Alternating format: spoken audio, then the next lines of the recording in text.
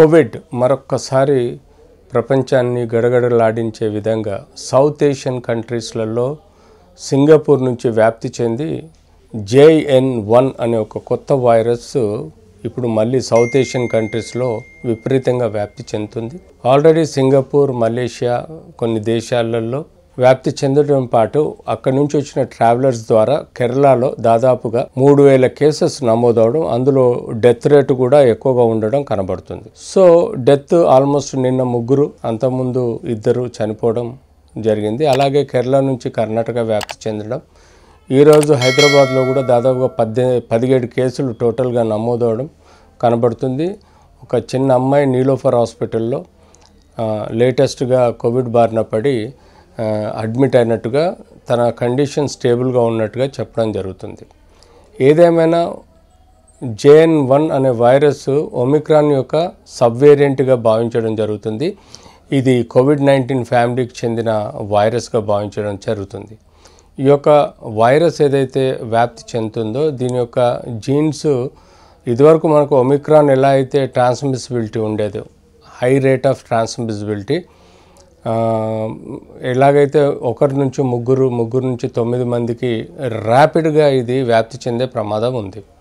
దీని యొక్క DNA ప్రకారం దీని యొక్క ట్రాన్స్మిటబిలిటీ పెరగడానికి ఈజీ ఆస్కారం ఎయిర్ ద్వారా ట్రాన్స్మిషన్ అయ్యే ఆస్కారం ఉంటుంది. ముఖ్యంగా ఈ సీజనల్ డిజీజెస్ ఏవైతే ఉన్నాయో, ఫ్లూ డిజీజెస్ కానీ, న్యూమోనియా కానీ, కోల్డ్ కానీ, కాఫ్ కానీ, ఈ సీజన్లో వచ్చే డిజీజెస్ మరియు ఈ యొక్క JN1 అనే కొత్త వైరస్ లక్షణాలు కూడా పెద్దగా తేడా ఉండదు.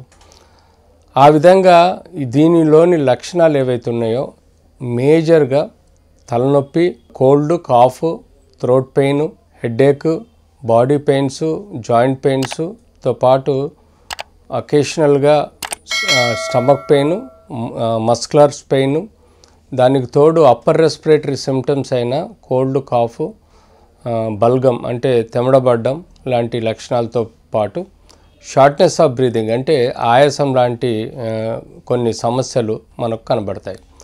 సో ఈ సమస్యలు మనకు అప్పర్ రెస్పిరేటరీ ఇన్ఫెక్షన్ అంటే పైన మనకు గొంతు వరకు, గొంతు నుంచి ఊపిరితిత్తుల నాళం వరకు ఈ ఇన్ఫెక్షన్స్ స్ప్రెడ్ అవి దీని యొక్క సిమ్టమ్స్ కనబడతాయి. తర్వాత డీప్గా ఊపిరితిత్తుల యొక్క కణాలు దెబ్బతిన్నప్పుడు ఆయాసం పెరిగిపోయి సాచురేషన్ లెవెల్స్ తగ్గిపోయే ఆస్కారం ఉండి రెస్పిరేటరీ ఇంటెన్సివ్ కేర్లో ఎమర్జెన్సీగా అడ్మిషను, వెంటిలేటర్ సపోర్టు తదితర అవసరాలు ఉంటుంది.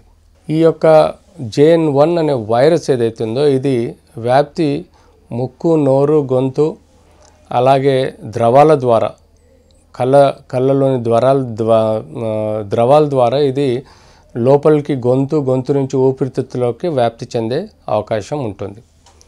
ఈ యాంటీజెన్ ప్రాపర్టీ ఉన్న వైరస్ ఏదైతే ఉందో ఇది గొంతులో రిసెప్టర్ సెల్స్ ద్వారా ఇది ఊపిరితిత్తుల కణాల్లోకి వ్యాప్తి చెంది అక్కడి నుంచి వివిధ అవయవాల లోపలికి వ్యాప్తి చెందే ప్రమాదం ఉంటుంది.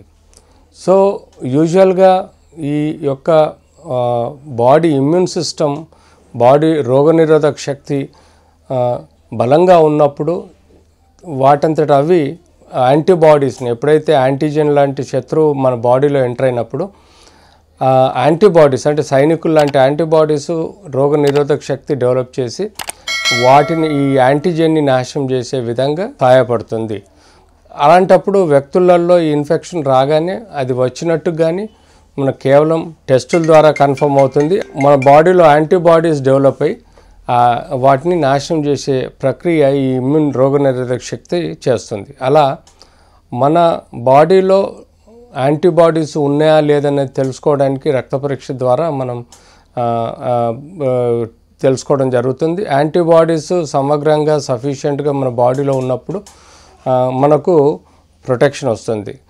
సో యూజువల్గా మనకు ఈ సీజన్లో కనపడే దగ్గు, దమ్ము, తుమ్ములు ఇవన్నీ సిమ్టమ్స్ మనం యూజువల్గా పిల్లల డాక్టర్ దగ్గర కానీ, ఫిజిషియన్ కానీ, పల్మనాలజిస్ట్ దగ్గరికి వెళ్ళి రెగ్యులర్గా పరీక్షలు చేసుకుంటాం.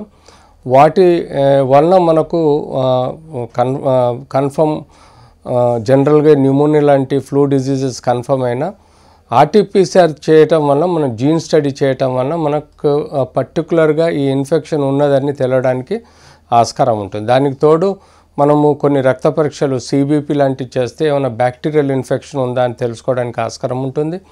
అంతేకాకుండా సిఆర్పి లెవెల్స్, ఈఎస్ఆర్ లెవెల్స్ కూడా చూసుకొని డిజీజ్ యొక్క ప్రోగ్నోసిస్, ప్రాధాన్యత, దానిపైన డ్రగ్స్ కానీ లేకపోతే ఇతరత్ర యాంటీబాడీస్ ఏ మేరకు హెల్ప్ చేస్తున్నాయి అనేది చూడడానికి ఆస్కారం ఉంటుంది.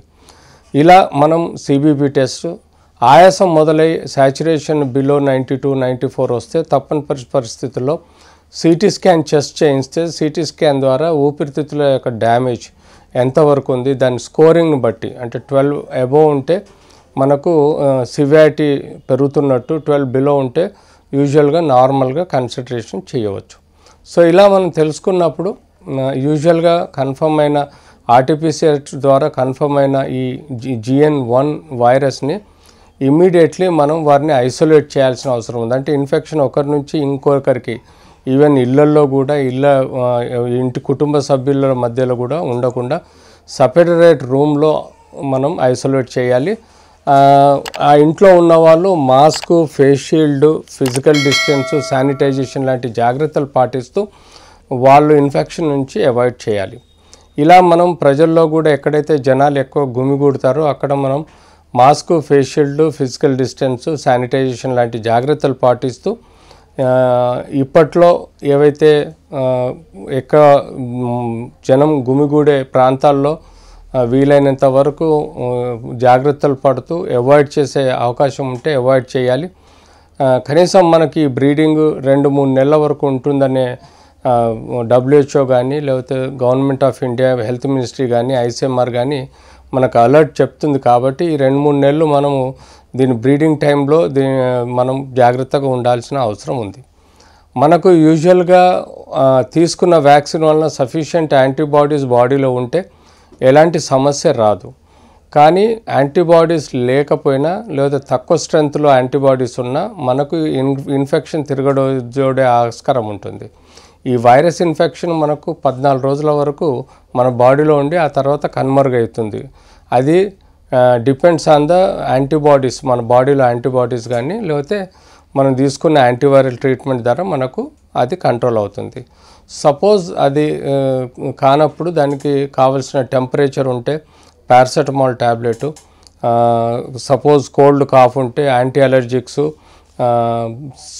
సిట్రిజిన్ కానీ లేకపోతే మాంటెక్ కాంబినేషన్ లివోసిట్రిజిన్ కానీ ఇవ్వడం జరుగుతుంది. ఇలా మనం ఈ యొక్క ఇన్ఫెక్షన్ని, ఈ వైరస్ ఇన్ఫెక్షన్ని కంట్రోల్ చేసే ప్రయత్నం చేయాలి, ఐసోలేట్ చేయాలి. రోజు తీసుకునే న్యూట్రిషన్లో హై న్యూట్రిషన్ వాల్యూ ఉన్న dry fruits, green vegetables, green salads, carbohydrate, fat and మనకు ప్రోటీన్ ఉందో అది సమతుల్యంలో తీసుకోవాలి. ఐసోలేట్ అవ్వాలి, తన వస్తువులు తనే వాడుకోవాలి, వేరే వాళ్ళకి వాడుకునే విధంగా చూడొద్దు.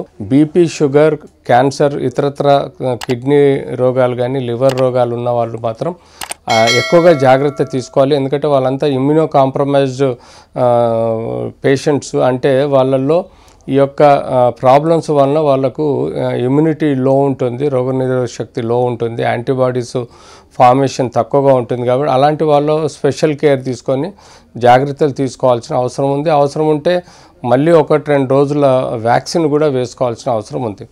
సో యూజువల్గా సిఆర్పి లెవెల్స్, ఐల్ట్స్ లెవెల్స్ని బట్టి మనము ఇంజెక్షన్ రెమ్డెసివిరా లేకపోతే ఇంకా ఇతరత్ర యాంటీవైరల్ డ్రగ్స్ కానీ యాంటీ ఇన్ఫ్లమేటరీ ఇంజెక్షన్స్ కానీ ఇస్తే ఈ యొక్క ఇన్ఫెక్షన్ని మనం కంట్రోల్ చేసే విధంగా ప్రయత్నం చేయవచ్చు.